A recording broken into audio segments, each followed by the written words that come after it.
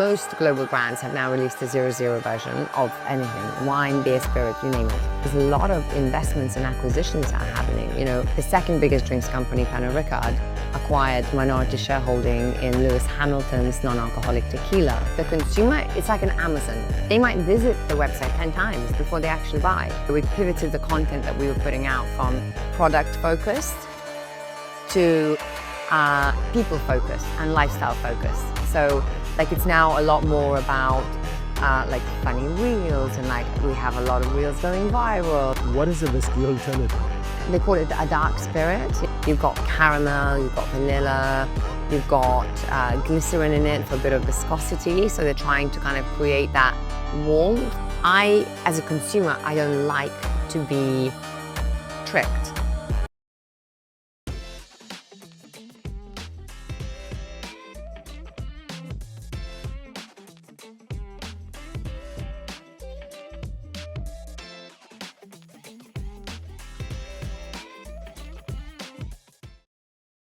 Majority of our customers, in reality, if you look at the revenue perspective, 80% of our business as Drink Dry is B2B. So hotels, supermarkets, like B2B, 20% is end consumer. Yeah. But what we try to do more than anything else is speak to that 20%. Yeah. Because the reality also is that they are the end consumer in those hotels, restaurants, supermarkets, you know? And the way we do that is through the founder's personal story. So like, if you look on Drink Dry social media, we pivoted about, I'd say about 18 months ago, maybe 2 years ago. We probably started 2 years ago and then we cracked it about 18 months ago, where we pivoted the content that we were putting out from product focused to people focused and lifestyle focused. So like, it's now a lot more about like funny reels, and like we have a lot of reels going viral, and it's more around people within Drink Dry and how that looks. And we no longer kind of have like just a simple product. Here's our premium sparkling wine, please buy it. You know, it's no longer like that. But you have to find the right way to communicate with people. And I think you're doing a really smart job. Yeah, you think Yeah. it makes sense? It's a good fit? Yeah, of course, yeah. And podcast is like, I was talking to somebody last week. I think I probably have at least 18 different podcasts on the go that I get in the car and I put it on, like, you know, just kind of like listening while I'm checking my emails. And sometimes I'm in the mood for parenting podcast, and sometimes I'm in the mood for like a funny podcast, and sometimes I'm in the mood for like a really business, like I need inspiration. I want to listen to like, you know, I do listen to masterclass as well. But I have like 30 different podcasts on the go that I dip in and out all the time. And it's just brilliant. Like, it's such a great snackable content. It's like, what's the phrase somebody used the other week to me? Podcast is like radio Netflix or something like that. Or something like that. So it's really super easy to consume, you know? Yeah. So yeah, super. Well done. Congratulations. Thank you. Do you still drink or you quit? So no, I don't drink. I did used to drink, never excessively, always very socially. And then when we were planning to start a family with my husband, that's when I kind of shifted to just in general a much, much, much healthier lifestyle. So gave up alcohol, gave up that Friday night cigarette, maybe Saturday night cigarette too. Started exercising more, sleeping better, eating better, the whole kind of lifestyle change. And it works. I have 3 beautiful kids. And then I started Drink Dry. And I genuinely felt that throughout the time that I wasn't drinking, because I was either wanting to get pregnant, I was pregnant, or in between pregnant. So I never went back to it, just circumstantially. And then by the time I was probably out of that maternity, kind of just done with pregnancies and kids and stuff, I had started Drink Dry. So the choice was here, the products were available, and I never genuinely felt the need to go back to alcohol. Fantastic. Amazing, isn't it? Yeah. It's incredible. And to see, you know, when I first started Drink Dry 4.5 years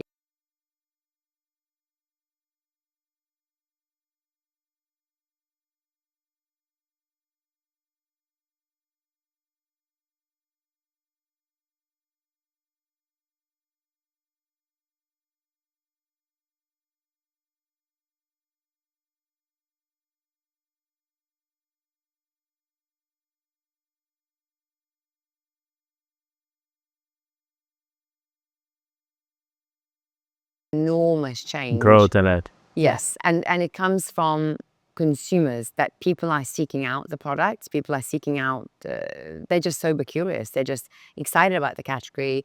They've heard amazing things about Drink Dry, because one of the things I always was very, very passionate about is building the consumer's trust. So anything that we put out on Drink Dry store, by now, people know that it's a good product. You know, if it's another premium sparkling wine, non-alcoholic, they will buy it to try it. They may go back to the thing they've been drinking for the last 3 years, but they'll definitely try it. Or they'll go, this is my new fave, you know? So we built that trust by always bringing only exceptional products to the market. But yeah, the shift in consumers and like the feedback you get, the kind of from events, when I remember 4.5 years ago serving our non-alcoholic sparkling wine at events, and people like, oh, well, the only thing it's missing, it's alcohol, you know, all those kind of like comments, and you laugh and you go, okay, we'll get there, we'll get there.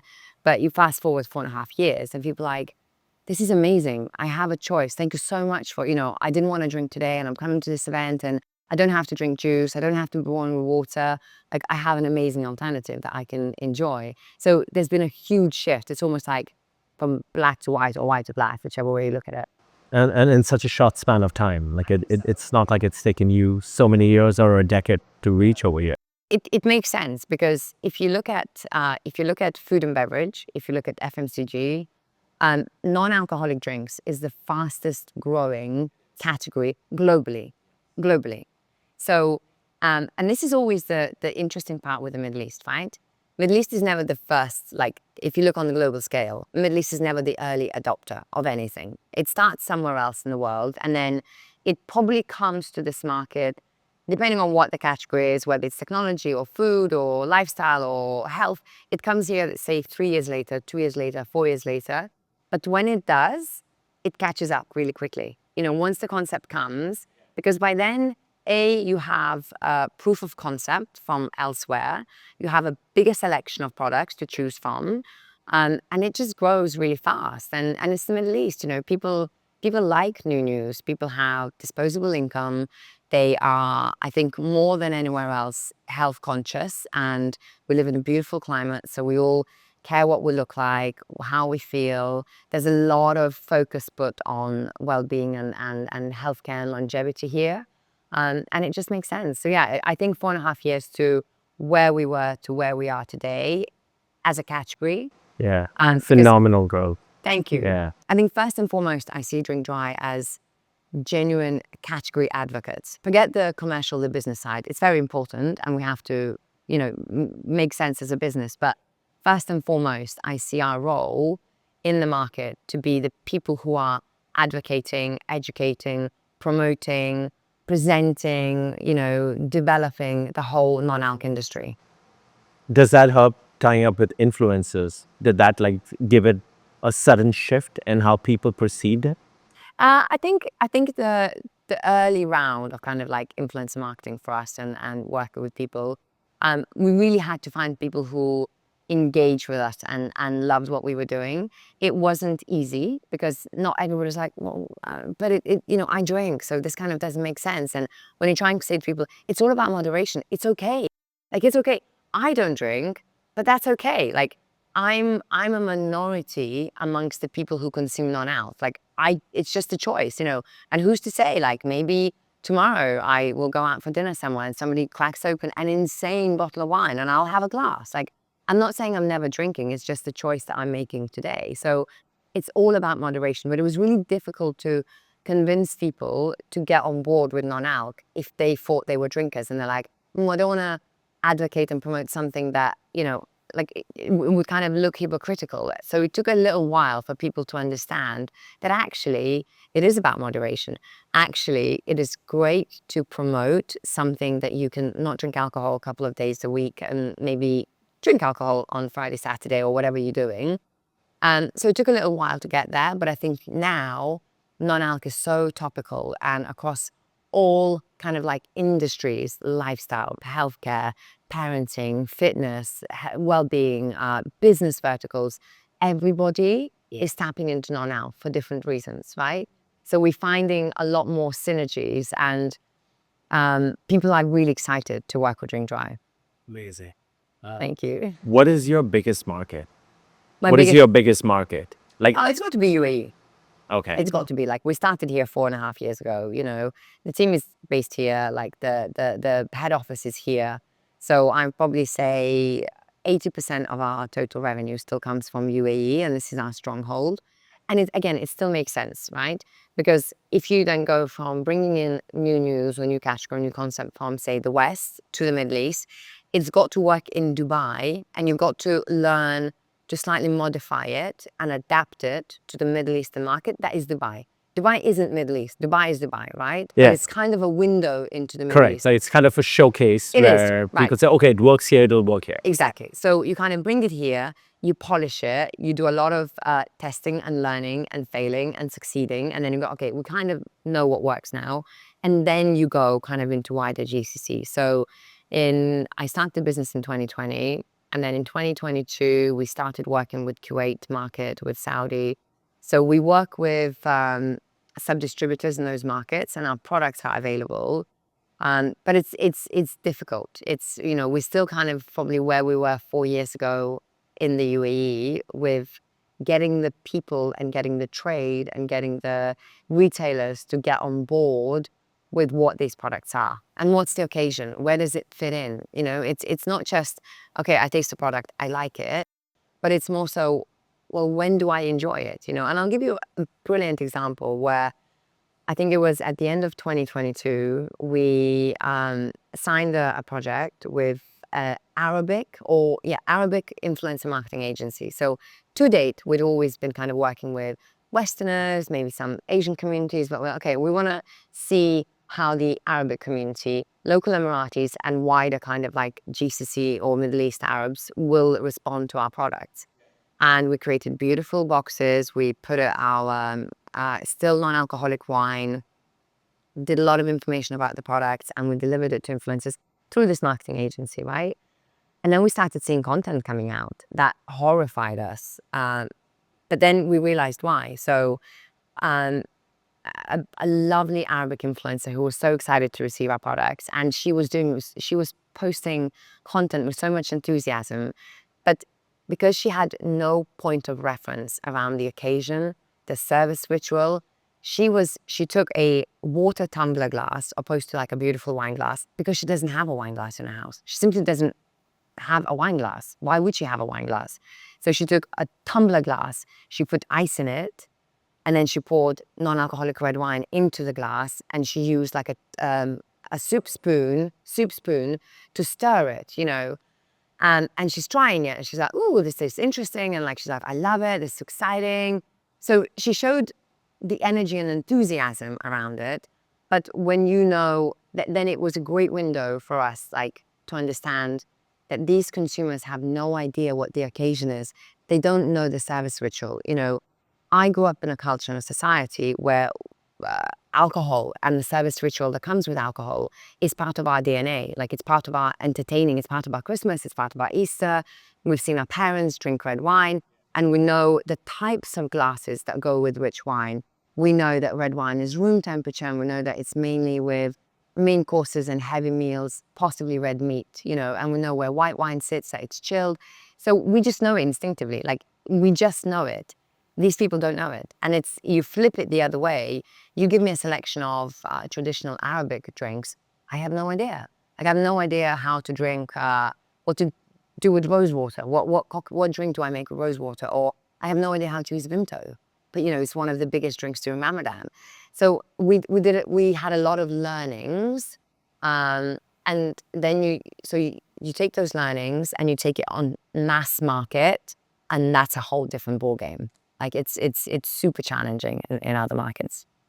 Even though Saudi being a huge market with no alcohol availability, it's so tough to break through. Take example Peroni, right? As one of the global leading brands, one of the best recognized beer taste brands, you take it into Saudi or Kuwait, which we are, and we're very excited about it. And I'm sure, we'll do the best that we can to make it a success. But we have to invest and spend a lot of resource, time, and money in educating the consumer of what the expectation of the product is. Because what they've been used to is flavored, sweet malt beverages. That is the complete opposite of what a non-alcoholic beer is, right? And a very different price point. Absolutely. Like we're talking 3 times more expensive, because the process of making something like this is completely different to just making a flavored, sugary malt beverage that has no quality, a lot of additives, a lot of sugar. But this is what they've been drinking for the last 30 years. And this is what their palate is used to. So trying to encourage them to try something new, you have to come with a plan. You have to come with a plan. Just because it's a global alcohol brand, okay, it carries weight. Yeah, it carries weight. it's got that alcohol flavor, like what your taste buds. You want to try? Yeah, sure. Okay. And voila. So there you go. One for you. Thank you. One for me. Well, Um, can I get a t-shirt? Sorry, a bit enthusiastically. But there, so we've got Peroni here, Nastro Zero, which is, probably the most premium Italian lager style beer. And we are launching it in Saudi. But we have to be really smart and really clever and really take time to understand the consumer and how they're going to react to it. And we have to be reactive once we launch it. If we see that something doesn't work, just because it worked in Dubai, right? Yeah. It is a window into the Middle East, but it's a different market. Right. Well, cheers to that. Are you a drinker? I am. So you would recognize the taste. and the profile. It tastes very close to the actual Peroni. It's fantastic, actually. Thank you. And fantastic, actually. You can have that at work and not feel. you can have that at work. Any of those. And not feel. Yeah. And I Any think of the those. beauty with non-alc versions, it fits so many different consumer types. When we first launched in dry, we made a high school era kind of mistake. We segmented our consumers based into age, gender, nationality, ethnicity, religion, kind of. But then that gave us no insights in how to speak to those consumers, right? We just weren't getting it right. We just weren't. We just didn't understand anything, and we didn't know how to measure the success of any campaign. It just wasn't working.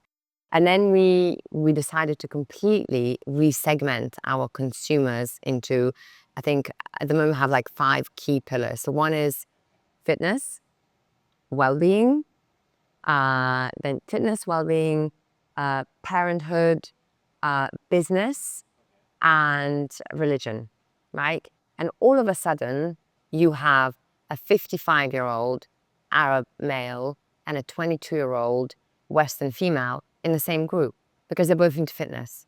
And they both decide to cut back on alcohol because they're training for triathlon, or they go to the gym and it's all about their performance. And so all of a sudden, their reason why they choose non-alc is the same.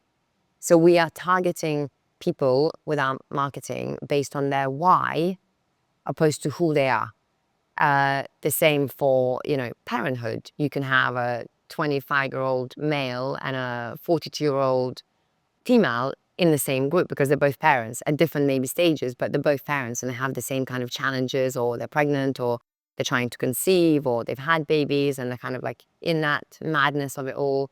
The same with business, So when we resegmented the consumer base, depending on our interest, for example, we might fall into the same category, or we might be cost different categories, or you might fit into all 5 of our categories. So you'd be our perfect consumer, like that you have so many different whys why you would choose non-alc. If you're going for a business lunch on Thursday with somebody and go, do you know what, I have to get back in the office and I've got this insane task to do, so I'm going to choose a non-alc Peroni. And nobody really, they might know, they might not know, but I like the taste, I know what I'm drinking, and it'll do the trick, right?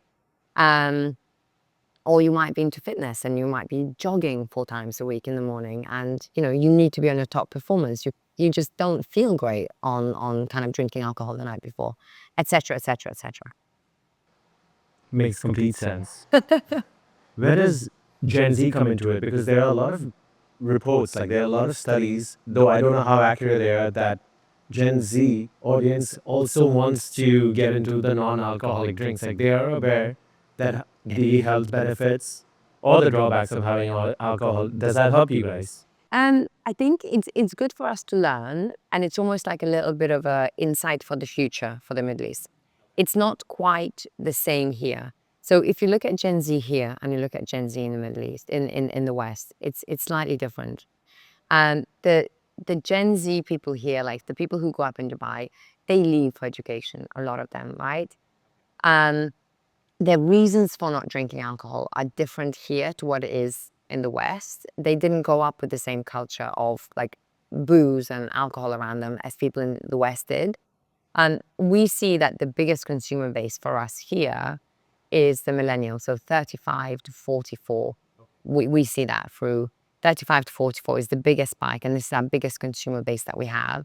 And also the Gen Z here don't necessarily have the spending power to have non-alcoholic drinks. You know, this is a premium product that comes at a premium price point, so not everybody can afford to enjoy it on a regular basis. It's more like a as and when, as a treat, celebratory, opposed to I'll just have a bottle of non-alc beer at home on a Tuesday. Um, so I think it's more so understanding the future that the generation that is to come here, because a lot of people move to Dubai kind of maybe like in their late 20s, 30s, you know, and they're the people who have the spending power here. But it's good to see the generation that is coming from kind of Gen Zs in the West. Well, you have definitely got me as the audience. I fit that age group, and I like the factors that, hey, I can have this at work, or I don't. Maybe I have a early morning day, or I have a routine in the gym, and this really perfectly fits. And you know what's it's really fascinating, like what I've seen, particularly probably the last 2 years, when I started Drink Dry, we worked with a lot of awesome craft niche kind of products, you know, founder-led, quality's phenomenal, but really lacking on like marketing, the branding, you know, because they're not global brands, and there's a beauty in that, and you really you like working with those brands, but in order to scale and reach mass, you need bigger players to come on board, right? And what the alcohol players started to see, that they had spent decades and decades and decades, if not centuries, building an alcohol brand, anything, Tanqueray, Peroni, Corona, you name it. They've spent decades building it and in spending millions, and all of a sudden, there's a generation that aren't interested. They have no connection to Beef Eater Gin. They have no connection to Chivas. They have no connection to a beer brand because they drink a kombucha, or they drink, you know, they were losing that connection that they always enjoy generation after generation, because people would see their parents drink these drinks. So it was always kind of a way of life. You know, you eat, you drink what your parents did, and so do you. But this new generation, all of a sudden they're like, hey, it's alcohol, so we don't want it. So I have no business in having anything to do with these global brands. So they had to shift and release a 0.0 version to continue benefiting from the brand equity that their brands had. So I think, and it's going to be interesting to see if the plan works, if they manage to hold on to those consumers and keep them loyal, keep another generation loyal to the brands that they've been building for a long time. Most global brands have now released a 0.0 version of anything, wine, beer, spirit, you name it.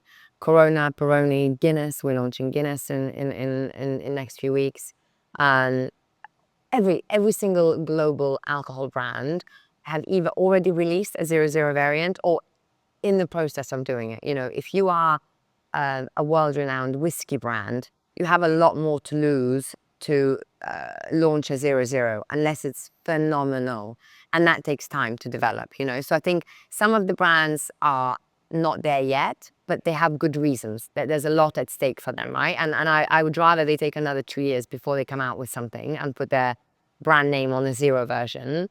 So absolutely, but even if you look deeper into it, the kind of underlying currents, there's a lot of investments and acquisitions that are happening. You know, the biggest drinks company, Diageo, acquired a non-alcoholic spirit brand in America 3 weeks ago. And the second biggest drinks company, Pernod Ricard, acquired minority shareholding in Lewis Hamilton's non-alcoholic tequila. Last week, LVMH, the Moet Hennessy arm of LVMH, acquired 30% of a premium sparkling non-alcoholic wine, French Bloom. So there's a lot of there's a lot of undercurrents happening in the kind of drinks industry where the big guys have been watching the underdogs come in and they're like, I'll buy you, I'll buy you, I'll buy you. And all of a sudden, that's my new non-alc portfolio. So the category is here to grow and stay. And how does it work for you? Are you exclusive when it comes to selling this in this market? We are. We have to be. It's a relatively small market. So I would say 80% of the products that you see on Drink Dry store is exclusive to us. So I am the direct importer and distributor of Peroni. So anywhere you see Peroni, in a restaurant, in a hotel, in a mini bar, at your friend's house, anywhere you see Peroni, it comes from us. And then we have different routes to market. We might work with some distributors, we supply to retailers, we have different routes to market, but we are the kind of source in the UAE of most of the brands. And then we have a small percentage of brands that are not exclusive with us. They are imported and distributed by other distributors in the region. Okay. But we believe that they should be advocated for and they should be part of the non-alc category. Like I said to you earlier, my first and foremost role as Drink Dry is to advocate the category. Okay. So if I have a brand and it's a fantastic brand and I love it and it's exclusive to me and it's doing fantastically well, and then somebody else brings in an equally fantastic brand that maybe is a competitor to that brand, we will still, as Drink Dry store, we will still work with you. We will work with that distributor, we will work with that brand, because for me, Drink Dry store is the place where the consumer, it's like an Amazon. They're going to discover the non-alc. They might visit the website 10 times before they actually buy. They're reading about the products, they're comparing the pricing, they're looking at the ingredient list, they're trying to understand the occasion. It's an educational platform. Like they're visiting Drink Dry store to learn about the products. And then they go, okay, time to buy. And then it's up to them what they decide to buy. So 80% of the products are exclusive to us, and then we will represent them in a kind of wider market, the retailers, the hospitality. But if anybody brings in a product that we as a team try and we're like, this is bang on, this is brilliant, like we love it, we will list it on Drink Dry store and we will promote it through our channels. We will tell the consumers, you must try this because it's a genuinely good product.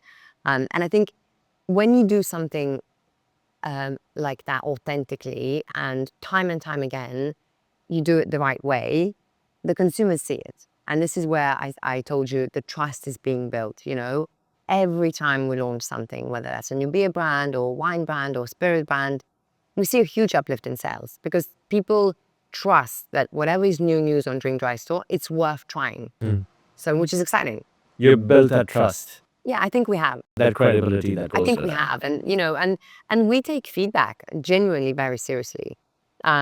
If we launch a brand, and which we have in the early days, I thought it was a good brand. I mean, you're looking back 4.5 years ago, so the quality of the products was very different to what we have now. I would probably never launch that brand. And I probably never launch that brand now because I think it's just not cutting it quality-wise, But then it felt like we're probably there, and we launched the brand. It was a non-alcoholic whiskey alternative. And I mean, within the first couple of weeks, people were sending us really honest, negative feedback. And they were really descriptive with what they thought about the product. And we were like, right, we've got a pallet stock, 30,000 dirhams sat there. It doesn't matter. We're delisting it. We're not selling it.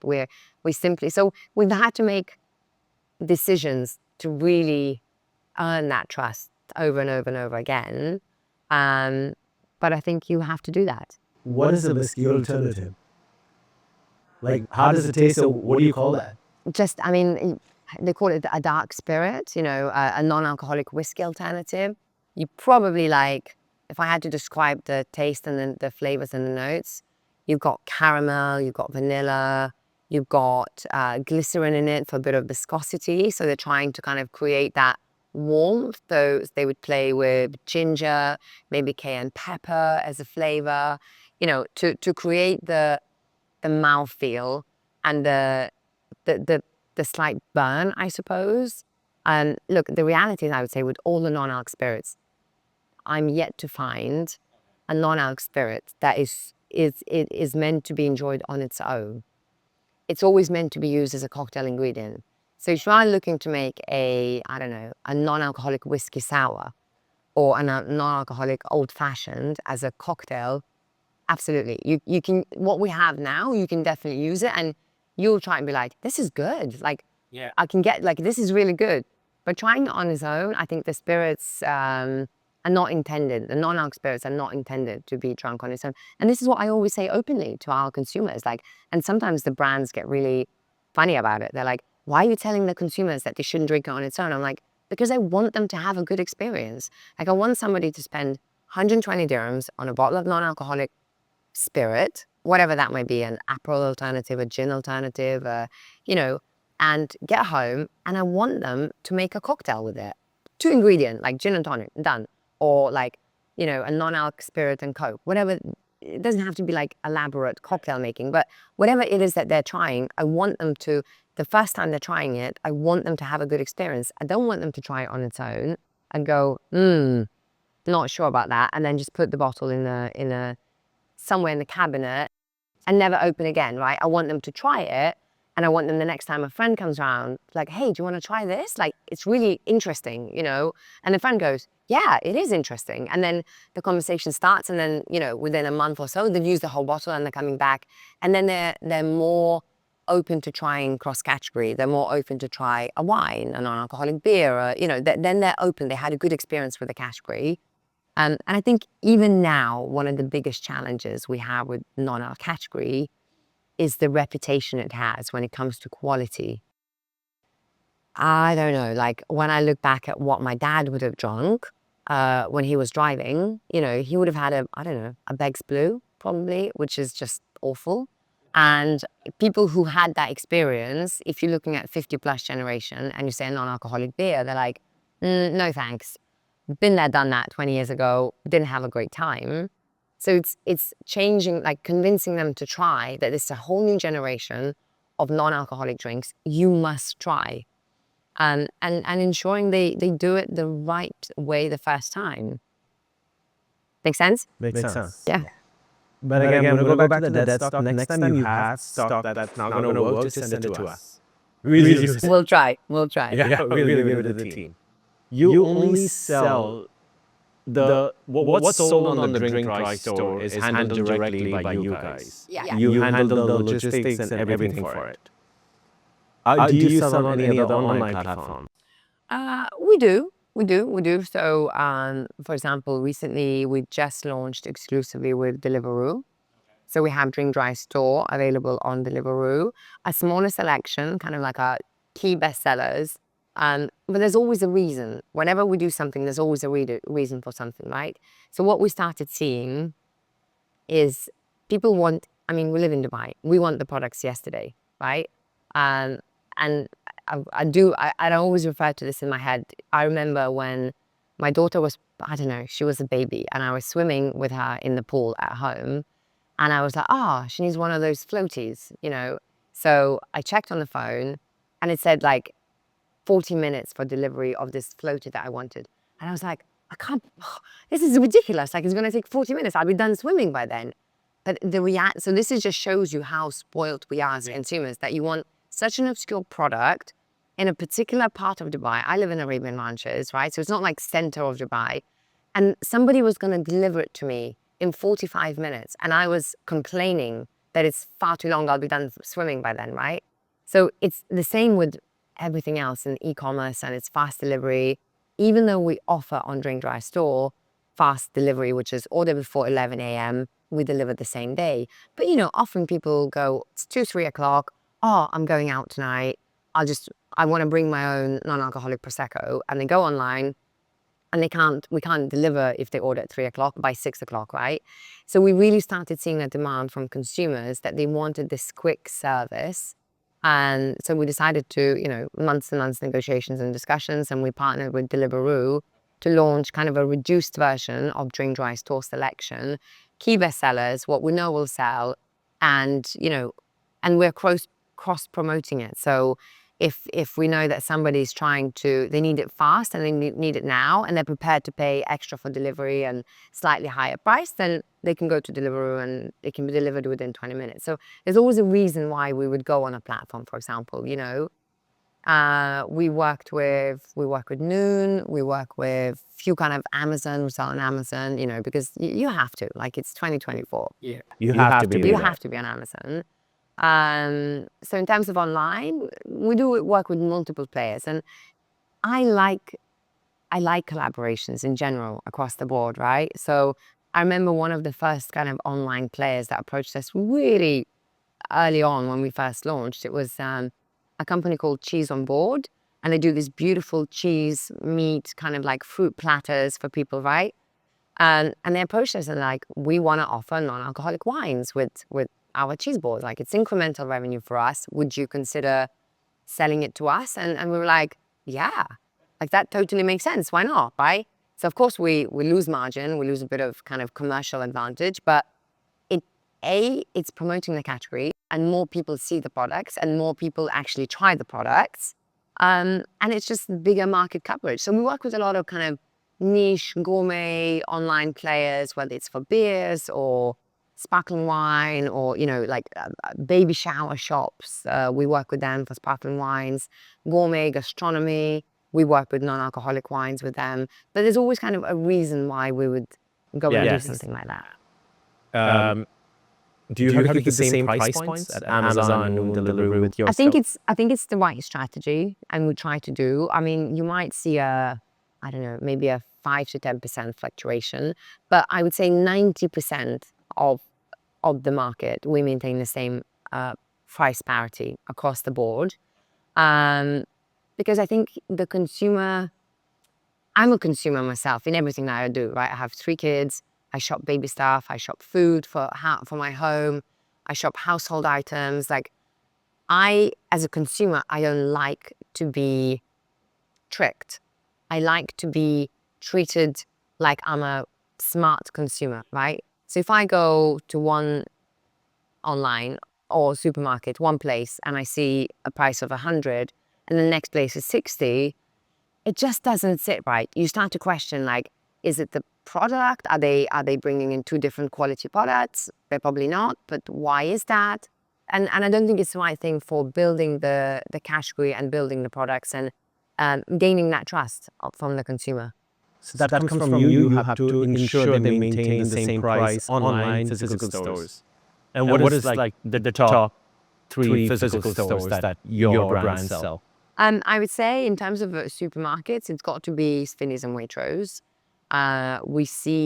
We work with Grandiose, Choitrums, all the GMG supermarkets, so Giant and Fanfree, and we have fantastic business with them. But I would say the top 3, probably because of the demographic, probably because of the kind of the spending power that people have at Spinneys and Waitrose, right? We all live in Dubai. You don't go to Spinneys and Waitrose if you're looking at prices. You're going there because you want the products and you want the experience of shopping there. So it's not a price-sensitive consumer that goes there. Yes. Yeah, I think it's got to be one of the Spinneys and Waitrose kind of hypermarkets, whether it's Motor City or Jumeirah or Business Bay, any of those areas. And in no ways would they be able to get it themselves. Like if they think, oh, this works, let us try to import it. We have it's a global way of doing business. We have exclusivity contracts with the brands. You know, it makes sense to the brand. Like, imagine how difficult it would be if you are, I don't know, if you're running 15 different markets as somebody who works in Asahi, who produced Peroni, right? Yeah. And you're already working with 15 different markets, therefore you have 15 different distributors. It's already hard work for you. And all of a sudden you have multiple players. It's nightmare. It's unmanageable for the brands. They don't want to do it. You know, they spend a couple of times a year. We spend a lot of time coming up with the plans, the budgets, the marketing, the AOP, whatever it is. And then everyone knows what they're doing for the next year, right? You realign maybe 6 months throughout the year, and then you continue going. So it makes sense for the brands to always have an exclusive representation in the region, given that they're doing a good job. And I think we are. But it just also makes sense from the market perspective. It's a relatively small market. You wouldn't be able to have the same in US. You've got 54, 56 different states. You just couldn't do that on an exclusive basis. So it's more of an open market principle for the brands. But for markets like the UAE, it's got to be exclusive basis. What is your favorite brand? Well, you can't ask me that. What is your go-to drink? Better. I think it depends on occasion and like the mood I'm in, and I'll give you some examples. So yesterday, I came home and my husband and I were having dinner at home, and it was like a really hearty meat pie. So we had a glass of red wine, non-alcoholic red wine each, right? Because it fits the bill. Like we had the candle, it was a bit romantic, and like beautiful glassware. So it kind of fits the bill. Equally, 2 days ago, I went to a friend's baby shower and I was drinking non-alcoholic Prosecco because it fits the bill. Like it's brunch time, it's beautiful weather, everybody's dressed beautifully. Like it felt very celebratory. My husband is a football fan, so as a good wife, every now and again, I go to watch his team. I put on the shirt and I go and support him. And I would then have either Peroni or Corona Zero in a pub that they're watching it because it's the right thing. It's like finger food, bottled feels right. It's kind of like more relaxed environment. If I'm by the pool, a pool day, like maybe an Aperol Spritz alternative, because again, that's the vibe. I think it really depends the occasion and the mood one is in. And I think the beauty now with non-alcoholic drinks, you have the choice across the subcategories. When we first launched in 2020, we launched with one sparkling wine and one beer. That was it. And we had 2 products on the website. We had the guts and the cheek to call ourselves a marketplace with 2 products. We were very creative. We created a lot of different bundles, like 6 of this, 2 of this, 3 of this, 1 of this, so we did a lot of like Same 2 products. Absolutely. Yeah, the same 2 products. But we were very creative in how like we merchandised the website. And then, within weeks and months, we added more products. But people could only choose, okay, do you want sparkling wine or beer? Like this or that. It wasn't much choice, right? And then we added more craft beers, we added more spirits, we added more sparkling wines of different grapes, different varieties, etc., etc. So now, 4.5 years, like anybody, like, and I love asking people like if they're a drinker and what's their favorite choice of drink, and then I immediately go, this is what you would buy them from Drink Dry Store, because you could make a similar drink to that. So what do you drink? Again, on moods, but night I'd like a glass of wine. There you go. And then, depending on what sort of wine you like, I'd be able to recommend you, this is a Syrah Grenache grape, or this is a different grape. And, so it's now we have a selection that people can choose. And I think giving people choice is everything, Whether that's in food that we eat, the entertainment that we enjoy, where we live, the job that we have. If you have choice within your work scope, people are happy in general. We like having choice, right? Sometimes marketing influences our choices, right? Okay, that's fair. But people like to know that they have choices. And I think that's so critical in what we're trying to do. Like, it's all about giving people choices. Like, and people ask me like, do people not drink around you because you don't drink? I'm like, no. Like at my dinner parties at home, I have the same selection of alcoholic, non-alcoholic, and people can choose whatever they want. Like there's no pressure to drink either or, but people have choice. And the same people will come to my house 10 times in a year, and sometimes they drink alcohol, sometimes they don't. And it's completely okay. It's all about giving people choice. Yeah, I think, I'm not sure if it's true or it makes sense that people have an image that if I'm choosing a non-alcoholic beer, maybe I'm not a drinker, but that's not true. It's just that at that day and time, I don't want to drink, but I could be drinking in the night. Exactly. And again, somebody said to me, and it really made me think, it's almost, and we take that into account with Drink Dry. We don't want this to become a niche within niche. We don't want this to be, we don't want people to be put into a box, well, you're not a drinker, so you're very niche within a niche. And we want non-alc to spread across the board. So whether you're a flexitarian, a moderator, a drinker, a not drinker, it's okay. there is time and place for alcohol, and there's time and place for soft drinks, and there's time and place for non-alcoholic premium drinks. There is time and place for everything. And I think once you manage to create that harmony and give people choice what they want to eat or drink, that's when you really see the big growth. And I think non-alc is getting there. Like, it's really getting there. That's why you're seeing a lot of different acquisitions, because the volume that brands are selling is now indicating that it isn't just the non-drinkers who are drinking it. It's actually now spilling over into people who are drinking and choosing to moderate. So I think you're absolutely right. 4 years ago, you gave consumers two choice. What is the choice now on your website? Oh my gosh. I think we have over 70 brands online. And when I say brands, like just brands. But then you have different variants within that brand. You know, you might have one brand, but within that one brand, you have white wine, red wine, rosé, a sparkling, in big formats, like in 70 cl. But then you also have the little formats, and then you have the cans of the same wine. And then you have a beer brand, you know. So we have choices unbelievable. And it genuinely makes me so happy. And I think it comes from being like a founder. I don't know if anybody who works for the business does that, unless it's their job and they have to do it. But my favorite thing to do every single day, like when I'm in the car or when I can't do anything else but be on my phone, I look at what people are ordering. I genuinely go into our back and, you know, on my phone, and I just browse through people's orders, and particularly people who order with us often. And if I see like Bob so-and-so ordered, you know, something yesterday, I'll click on his profile and I'll be like, oh, 6 orders. Okay, well, let's see what Bob buys. And then you click on his orders. And what makes me the happiest is when I see that he's mixing all the time. Like one day he's bought Corona, next day he bought Peroni. One day he bought Tanqueray, next day he bought Siach. You know, I love seeing that. And it means A, because he keeps coming back. It means he's had a great experience with whatever he bought. And he's adventurous. Like, this is what non-alc is. Like, he's trying across different things, you know. And then you see like, okay, maybe there's one product that's consistently in every order. That's his like go-to and that's his favorite.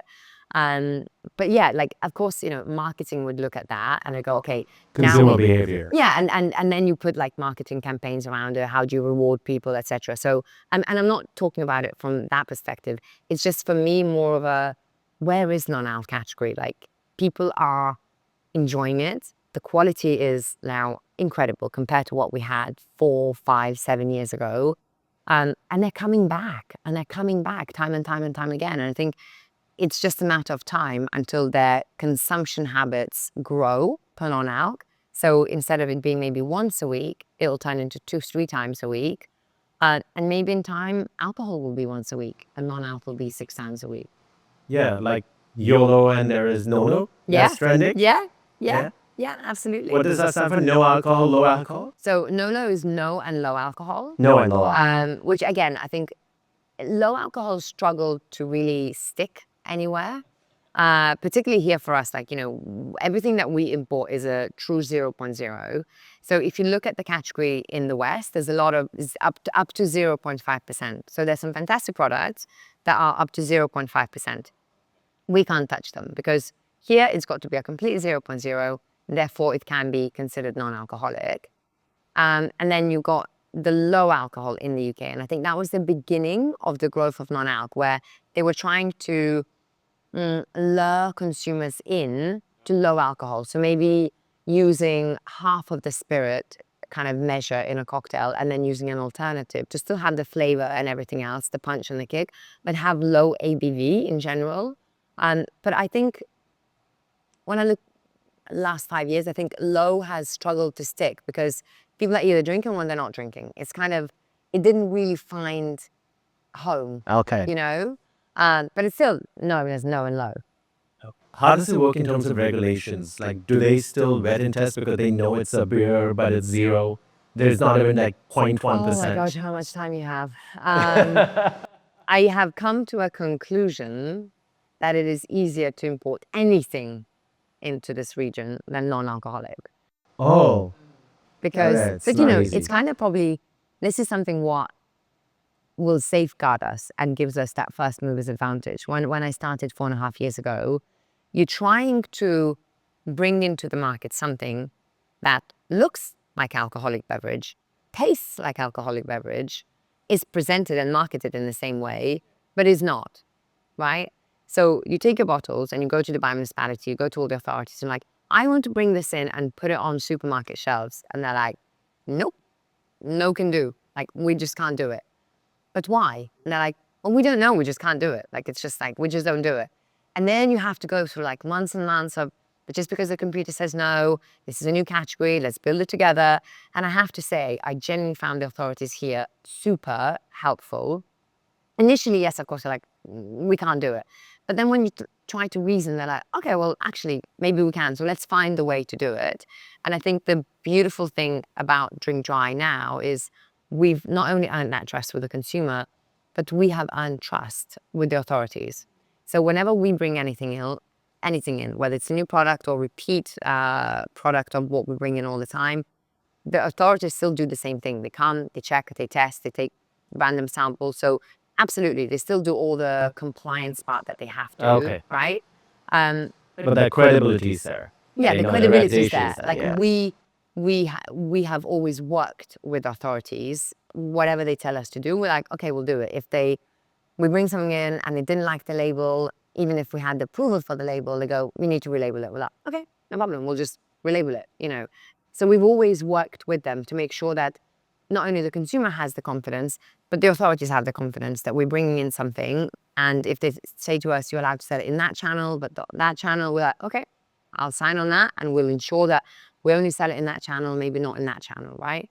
So it took time, but I think we now have the credibility that whenever I have a new product that maybe has an ingredient that there's no information in the region about it. Like they don't know if they're allowed or not because it's a brand new ingredient, like it's an adaptogen or, you know, they just don't know.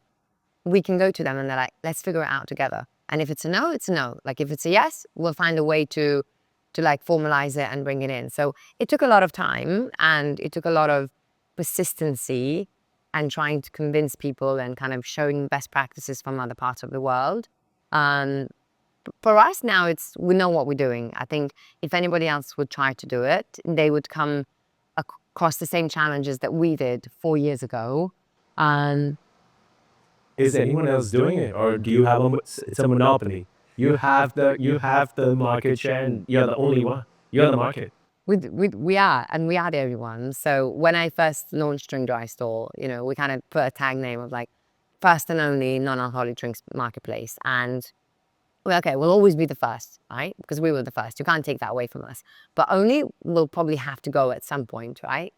4.5 years, we're still the first, we're still the only. And I think the fact that we have the brands exclusively helps us, you know, and the fact that it's a 0.0 market. So there's only a limited selection of products that you can source anyway. So we kind of like safeguarded us in that way. So, I mean, look, there are some big distributors who import fish, meat, cheese, flour, water, and they're now importing a bit of non-alc, but the focus is not there, you know.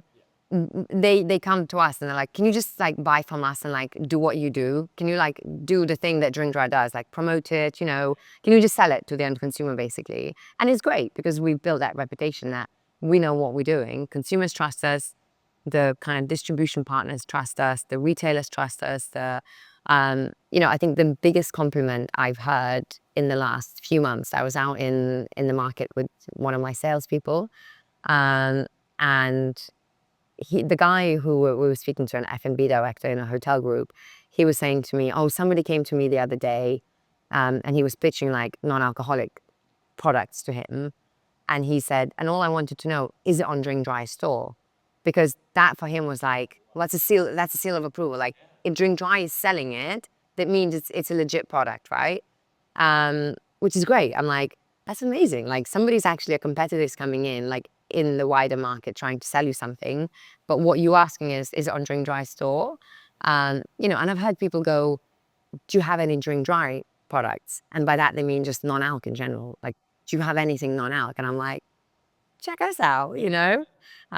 Which is great. It's like a dream. Like these are like 1 or 2 odd incidents, but I'd love to get to a point where people are associating non-alc completely with Drink Dry. And how does it work with bars? Do the bartenders take it seriously to make their drinks, the mixologists? They do. And I Yeah. think it's all about the commercial aspect. I think, again, we learned the hard way when you go in and you say, well, look, you should buy this because there are consumers who want to buy it. And they're like, really? I have to reprint my menu. I have to set you up as a supplier. There's so much work for me. And how many of these bottles am I going to sell, right? It's like, it doesn't make sense. Like, we were coming in with the wrong proposition. We were coming in through non-alc is growing, you should have it because your consumer is looking for it. And they're like, really? They'll just buy something else. But then when we came in with the commercial value proposition, we're like, okay, so you, let's say, have 30% of your consumers who come in and they won't drink alcohol for whatever reason. Yeah. You will either sell them a glass of Coke at 10 dirhams and you make, I don't know, X dirhams margin, or you can sell them a bottle of non-alcoholic beer at 42 dirhams and you'll make X margin. So all of a sudden, you don't have to do any more marketing to get more people into your restaurant. It's the same number of people. They're buying the same number of drinks. So somebody might have 2 soft drinks or 2 non-alcoholic drinks. But what they spend with you goes up like that. And from the same person, you've just made additional 35 dirhams. And they're like, now you're talking. Now I get it. Now I get it. If you manage to shift the conversation to what is in it for you as an operator, commercially speaking, they're like, game on. I completely get it now. Are there certain bars that you think is the ideal demographics for you? That these are the bars, like, that's it. It could be a restaurant like Zuma as well. There are certain places that really sells with your drinks. I think different restaurants play a different part, right? So places like Zuma, it's more of a seal of approval for the category. If they have something non-alcoholic there, it's like, it's real, it means something, right? Is the volume fantastic there? Probably not, because people do drink a lot of alcohol there, but it's there. Like, we are there, we're visible, the consumers can see it on the menu, they can try it, staff are trained, the execution will be on point because it's them, it's going to be fantastically done well. But I think it's the places, a lot of non-licensed restaurants, so people that don't have alcohol license makes sense. If you go to Three Phils, for example, incredible restaurant, and they have a whole plethora of non-alcoholic drinks from Drink Dry. So that really works. You have restaurants like 11 Woodfire, a Michelin star restaurant that has probably one of the most incredible beverage programs I've ever seen, and they're unlicensed. Just the talent and the skill and the way they use our products is just incredible. They're not lazy. They don't just serve non-alcoholic wine in a wine glass. There you go. They make their own concoctions with it. It's a wine-based drink, but they make different things with it. They ferment it. They leave it to, that's the way they're serving it. So that works as well. I think it just depends on, we also always advocate right product for the right outlet. If you are a beer-heavy outlet, then it's just beer. There's no point listing something sparkling premium wine. It's just not going to sell. So we focus on beers. If you are fancy fine dining restaurants like a Michelin star restaurant, we want to have a premium sparkling wine in it because that's what's going to sell. Five Pound has a certain reputation, so I'm guessing that's not the right place. Or does it work there? You would be surprised. They do have a non-alcoholic beer. Okay. And actually it sells very, very well. So you would be surprised. I think, look, if you look at the percentage of how much beer they sell and how much non-alc beer they sell, it's probably minimal. But in the grand scheme of things, it's not a bad account. It's genuinely, and again, this is the shift from the consumer where 4 years ago, people wouldn't dream of going to Five the Palm and drinking non-alc. Like, people go there for a reason. And that reason is to have a great time and drink alcohol. But now people are going there for great music, atmosphere, their friends are going, the beach, the pool, the vibe, the Instagram, and they're just drinking on out. Yeah. And it's perfectly fine. There's always that one designated driver in the friends group. Yeah, exactly. That needs to drink that. Exactly. And follow the rules. Exactly. And we just need to make sure that we have enough venues available for people to go and enjoy their non-alc. How big is your team now? 17. Yeah, look, it's still a small, it's still a small company. We kind of haven't gone into that medium-sized business. We're not over 50 or 100 that you need to be. But I think even if I had a limited amount of money to invest and grow, I still wouldn't hire any more people than we are today, because you have to be aware. There's a lot of background noise about non-alc, like we just said, like Diageo invested, Pernod invested, it's growing, it's exciting, it's amazing, but it's still at its infant stage. We're still not there. So you have to be really, really, really in tune with the actual category growth in the market and invest accordingly to that. Just because you throw a load of money into it, it doesn't mean that you'll see the required return on your investment. Of course, you'll see growth if you throw money at it unlimitedly, but you're not going to see the return on your investment that you should. So I've always wanted to grow Drink Dry or aggressively, but organically, that whenever the time is right and the time is ready, we invest in hiring new people, whether it's retail and ops, whether it's more salespeople, admin, marketing. I'm happy to invest and grow the team, but not for the sake of growing, not for the sake of non-alc is so huge that let's just get 100 people in the room and see what we can do together. That just wouldn't make sense. How much relevance has social played? Like, do you have a big social team? And the relevance it has played for your business in the 4 years? Massive. One quick answer, massive. Yeah. I think that, like I said to you, now 2021, 80% of our revenue came from online, and the rest 20% came from hotels, restaurants, a couple of supermarkets that we were supplying. That's 2021. Yeah. 2024, 20% is online, 80% is hotels, restaurants, supermarkets. So it's been a complete shift, right? The original 2021 e-commerce sales have massively skyrocketed for us. So that 20% is bigger than the 80% was in the 2021. But it's still so critical for us, because even if we sell to retailers, supermarkets, hospitality, it's the end consumer that is still the end consumer, right? So we invest above and beyond on our socials, our organic channels, paid media, all of that, because I need the consumer to have the non-alc front and center. So when they're in supermarket and they see a Peroni or Corona, they're like, I'll buy it, because they've seen us talk about it. They're like, I want to try this. It's okay if they don't buy it from Drink Dry store. That's fine. Or if they're in a restaurant and they see Peroni on the menu, they're like, I'll try Peroni Zero because I've heard so much about it. Like, I'm going to try it. So socials play a key part of it.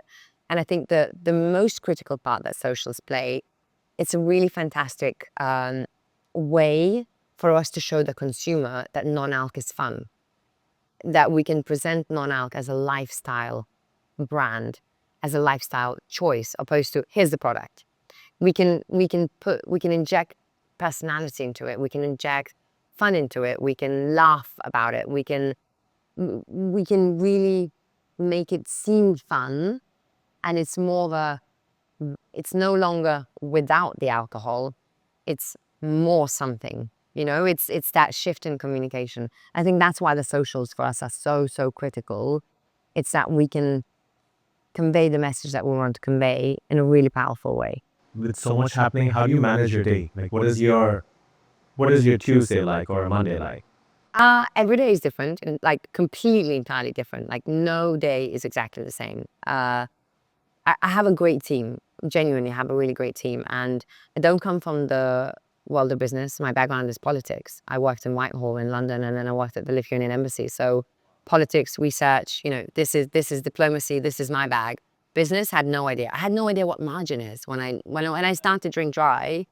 And I imported the products, I had the website ready, I had the pricing, I don't know, I buy it for this, I sell it for this. And then I think it was Boca in the IFC. They're like, okay, we'll take 10 cases of this non-alc beer that you have. Like, we love it, we're gonna put it on the menu. And I remember like running into the kitchen, and my husband, who's got a very successful trading company, I was like, oh my God, like we have a first order, from like restaurant, they're taking 10 cases. And he's like, oh great. And he's like, what margin are you making on B2B sales? I'm like, a what? A what now? And he was like, what margin are you making on B2B sales? I was like, what's margin? And he started laughing. He's like, you're hilarious. And I was like, no, seriously. At this point, it's just me, myself, and I, and I'm like 7 months pregnant. And he's like, are you serious? And I was like, oh, okay. So I literally had to go back, Google what margin is, understand it. I was like, okay. And then I had to go through like this crash course on YouTube and online. I was like, okay, so I really need to structure this. And this is where I firstly understood that I need to have like a tiering and a pricing system to make the end pricing okay for the consumer and et cetera, et cetera. But so I don't know everything in my business. I know enough to understand everything. I'm a quick learner.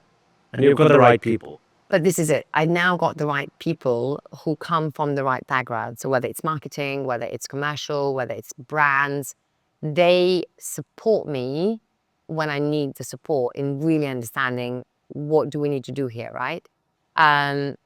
I still run the business, but I have really fantastic team who help me. So my day really varies. You know, some days it's consumer facing entirely. I have to be at an event. Sometimes it's PR. Sometimes it's really heavy commercial budgeting meetings. Sometimes it's marketing. Sometimes it's content shooting where, you know, we're doing crazy things and my marketing tells me to jump in the pool and like, so it's like the brand ambassador. You got to do everything. yeah, absolutely. Like, You're the face. Yeah, I'm the face of the brand. So it's entirely different and it's varied. And I think that's the one thing I absolutely adore about what I do. Like, I check my calendar every day. I'm like, all right, game on. Let's see what today brings, you know? And you're like, one day I'm like in flip-flops and a summer dress because that fits what I'm doing that day. And then another day I'm like in a kick-ass, like, you know, women's suit and like high heels, and because that suits what I'm doing that day. So it's really, really varied. And I'm so grateful to the stars, whatever, the universe, that I get to do this on a daily basis, that I get to enjoy the versatility of what I do. Do you manifest? All the time. And I think I started manifesting as a child before manifesting was even a thing, you know. I remember probably, think of milestones, I would have been about 12. As a 12-year-old, I remember getting lost in these kind of like imaginary scenarios I would put myself in. And I would, as a 12-year-old, I knew, or I felt I knew, that I was going to move abroad and I'm going to go to this amazing college when I'm 16 and I'm going to do this and it's going to look like this, and my bedroom where I'm going to live. I had no idea what country it was going to be. I had no idea what any of this, but my bedroom is going to look like this, and these are the sort of friends I'm going to have, and this is the sort of way my classroom would look. And so I was always thinking, like manifesting these things. And then, you know, I never journaled it. So it's really difficult for me to say, did it come out true exactly like that? But always, I feel like it's one of the key powers that we have that we don't use. And it's not guaranteed that it's gonna come true, right? It's not a wish list that you send off and somebody just sends you the dreams back. Yeah. But all the time, with everything.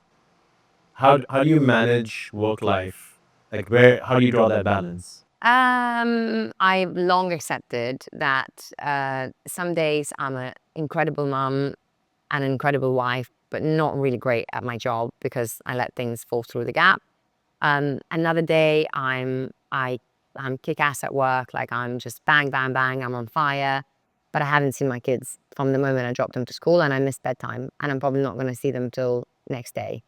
Some days, you know, I go, I haven't given any attention to my husband, like I haven't seen him for a week. So I've long accepted that I cannot be everything to everyone at any given time, as long as overall in a 3-month period, it's okay. Like it's enough, it's a bit of everything. And sometimes, you know, if my kids need me more, I have to give a lot more time to family. And sometimes my kids need me less, and then I can give a bit more to my business. If my husband and I are going through a rough patch, then I have to give him more time. Sometimes we're super happy and it's like all no work required, you know. So I've long accepted that, and it gives me a lot of peace that I don't beat myself up. I don't feel guilty when I miss a work meeting. I don't feel guilty if I don't put my kids to bed. I no longer wallow in that guilt, and I've long accepted that. I really genuinely, like hand on my heart, have come to peace with it. It sometimes resurfaces, I think, when I really focus on one thing opposed to the others. And I know that this is a time when I go, bring it down, a bit of realignment here. But it lasts like a day, you know, a short period of time. And it's almost like an alarm bell for me to realign my priorities. So I'm okay with that. I have help like everybody else. You know, I have help at home. I have an awesome PA. I have a driver, because you have to. You know, it's a luxury for me that I will sacrifice a holiday but I will have a driver, because that means I gain 3 hours, 4 hours a day that I can work, it's not dead time for me. So it means I can leave an office at 4 or 5 and be stuck in traffic for an hour and finish my day.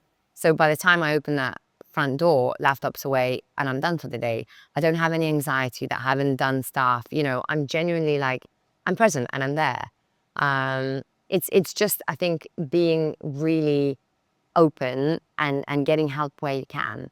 And it wasn't like this when I started for the first probably 2 years. Like, I was working 18-hour days, like hardcore, and it was really, really, really challenging. Like, my marriage suffered, like my kids saw me a lot less. So the focus, the alignment wasn't there, but it had to be what it had to be. Like, it would be naive if somebody's starting a business now, it would be naive for me to say, this is what you have to do. You have to like make sure everything is in balance. No, you've got to go at it. You've got to give it full energy and communicate to the other parts of your life that something has to give. Set expectations in your marriage. Like, I'm not going to be as present for the next year or two, but it's my time. Like, I need this, right? And you go, okay, we agree on that. And same with the kids. When they're babies, they need you like a lot. Maybe then they don't need you for a period of time. When they're teenagers, they need you again. So you just manage that. But I think anybody starting a business, accept that you're going to have to give it your all self for a long period of time. Don't break, keep going, because it will get better. It will get better. You do get, you start hiring people who take off a bit of a load, and you can focus on different things, and you can then start putting things in place in your personal life. What is your husband's take now on your business? What's his take? Yeah. Does he play a role? No. Other than just listening to me, like, going on about it. Look, I think it was challenging the first 2 years when I started it. I went from being a very convenient spouse, because I didn't work for probably 4 or 5 years because we had kids and I was always available. He did a lot of traveling. So I was always there. Like, I was a really convenient spouse and I was there for him. I picked up the slack. Like, he had no responsibilities, like at home, all the admin, the life stuff. Like, I picked all of that up, and it worked for us for a long period of time. And he became a lot more successful in that time. So it worked. And I think there was a period of time, probably 18 to 2 years, when I first started Drink Dry. It's readjusting for us, readjusting on, I'm not at home to put the kids to bed. And if you're traveling, then somebody else has to do it. And we've got to make peace with that, So it was a period of readjusting for both of us. And you have to understand that, and it took me a while to see it from his perspective. It went from him having his best friend, somebody there all the time. I was there. Like, we had an amazing like life and coexistence together. All of a sudden, I was off with the fairies, and he had to pick up the slack at home, admin, like all of it. Like the kids, he had to do all of that, And I think until he was a bit of a breaking point, he was like, no, like, we need to just find a way. But communication is key with everything. Communication is key. So now, I mean, he's happy, he's proud. We've got a much better balance, It totally works. But he was incredible though. Like, he was awesome, Despite the challenges, like, he was awesome. Like, he really backed me, Yes, every now and again he'd be like, come back, like, we need to realign. But he unconditionally backed me throughout all of that. Do you have a cause that you believe in? Do you give? Yeah, always.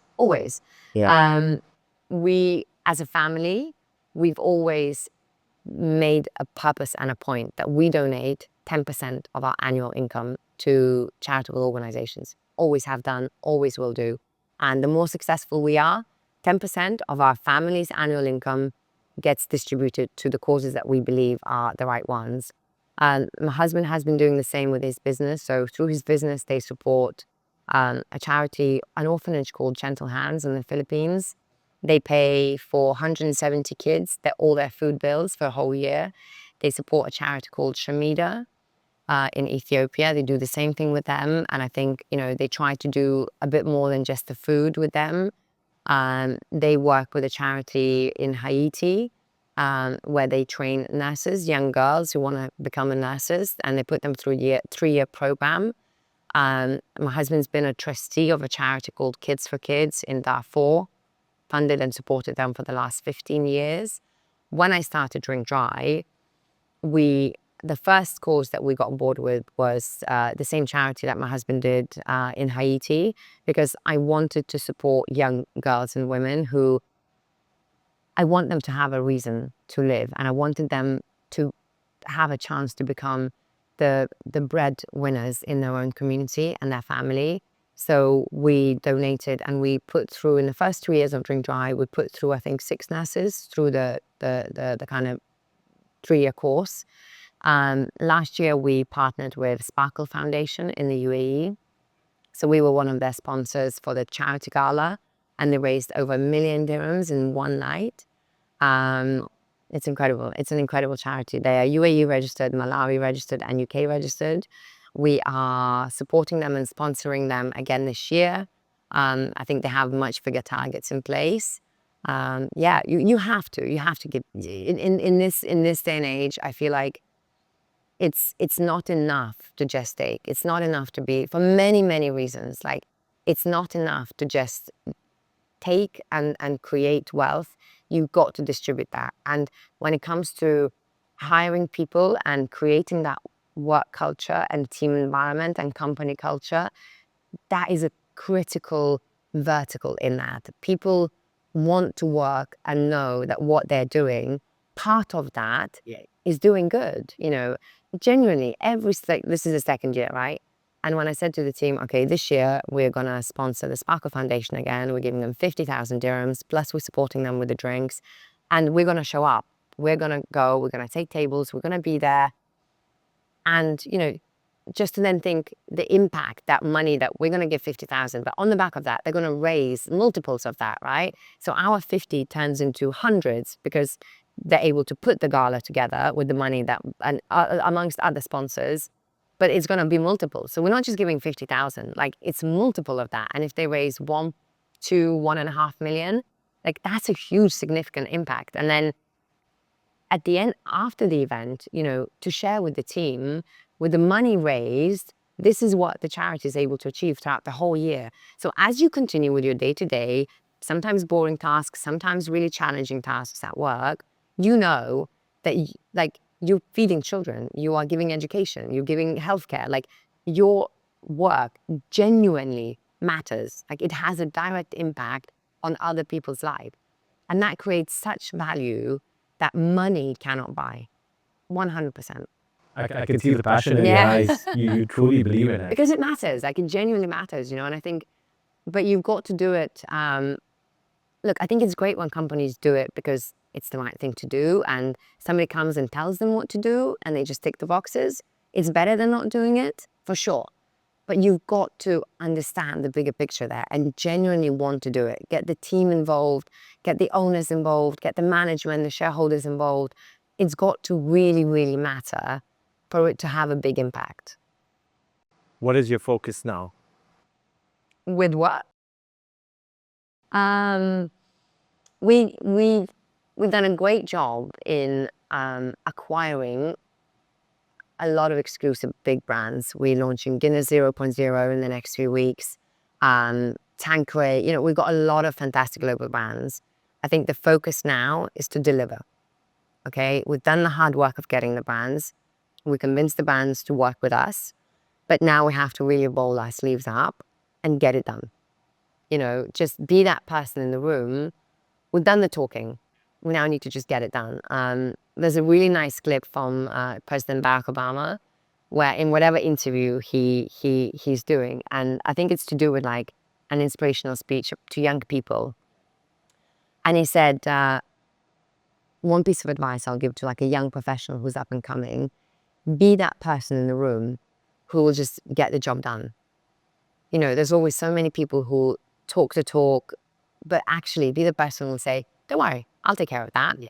Nobody else wants to do it. Nobody else has to do it. I'll take care of that. I'll get it done. So I think for us as Drink Dry, the next probably 2 years, it's really solidifying and cementing our position in the market was showing great results for the brands, for the consumers, for the partners, really solidifying ourselves and showing up with our best foot forward. Erika, seeing your passion and your energy, I'm sure you're going to walk the walk. I hope so. I hope so. I'll have to manifest it. I hope so. No, but thank you for coming. Pleasure. I think you've been wonderful. And we enjoyed a beer. Cheers to that. Cheers. Yeah.